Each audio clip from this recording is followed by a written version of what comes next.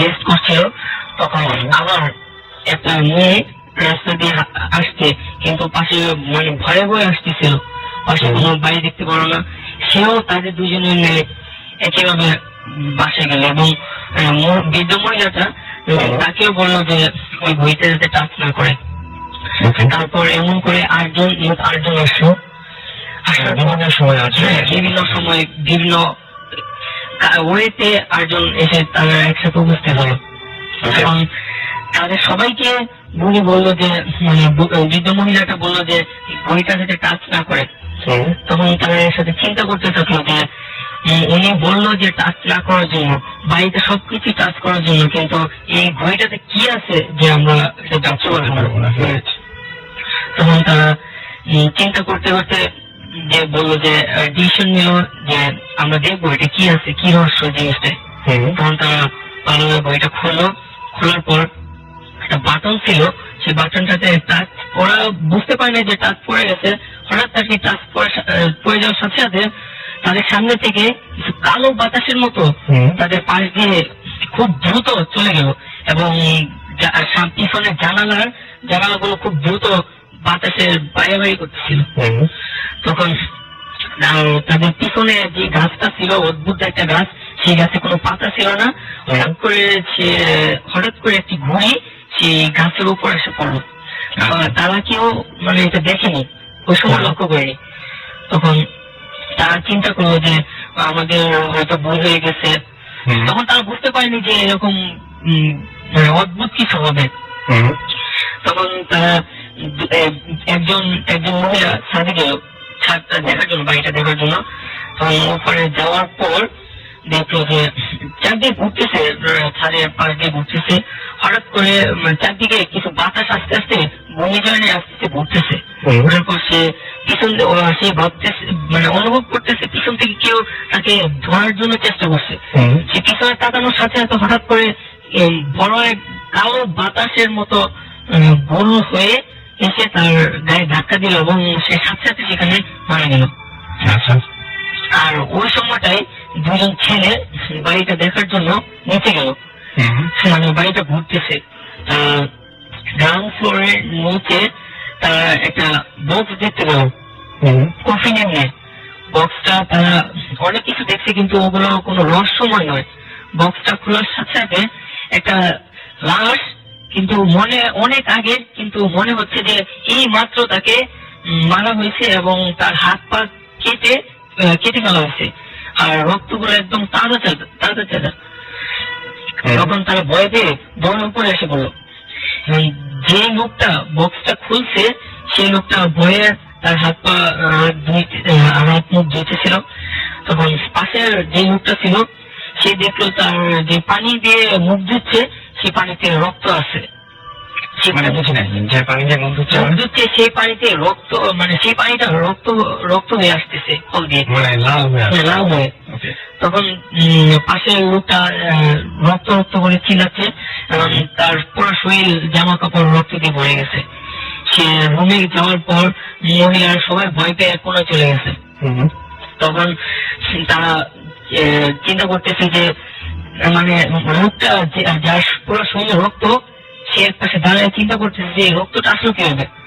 তখন যে মহিলাটা ছাদে মারা গেছে, সেই মহিলাটার হাতগুলো একদম পচে গেছে, এমন মনে হচ্ছে লম্বা হাত হয়ে থেকে আসলো। মানে যে মহিলাটা ছাদে মারা গেছে, ওই মহিলাটা, আচ্ছা, যে মহিলাটা ছাদে ঘুরতে গেছিল, তাকে একটা বাতাসের কারণে সে মারা গেছে।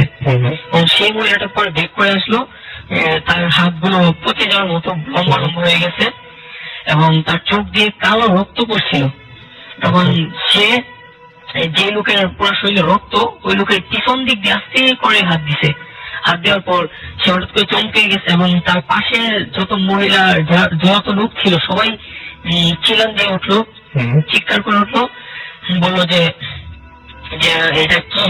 তখন তারা ভয় পেয়ে গেছে। তখন একটা লোক পাশে একটা কোরাল জাতীয় ছিল, ওটা দিয়ে তার মাথায় মারলো।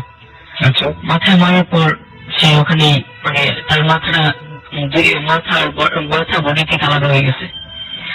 তখন তারা সবাই ভয় পেতে লাগলো যে মানে বুদ্ধ মহিলাটার কথা আমরা অমান্য করছি, এখন বৃদ্ধ মহিলাই আমাদের বাঁচাতে পারে। কারণ এরকম একটা ঘটনা হয়েছে, একজন মারা গেছে এবং একজনের পুরো শরীরে রক্ত ঝরে পড়তেছে। এখন তারা বৃদ্ধ মহিলাকে খোঁজার জন্য দুইটা ছেলে এবং দুইটা মেয়ে রওনা দিল। রওনা দেওয়ার পর তারা পুরো বাড়ি খুঁজছে, কিন্তু বৃদ্ধ মহিলার কোনো খোঁজ পায়নি।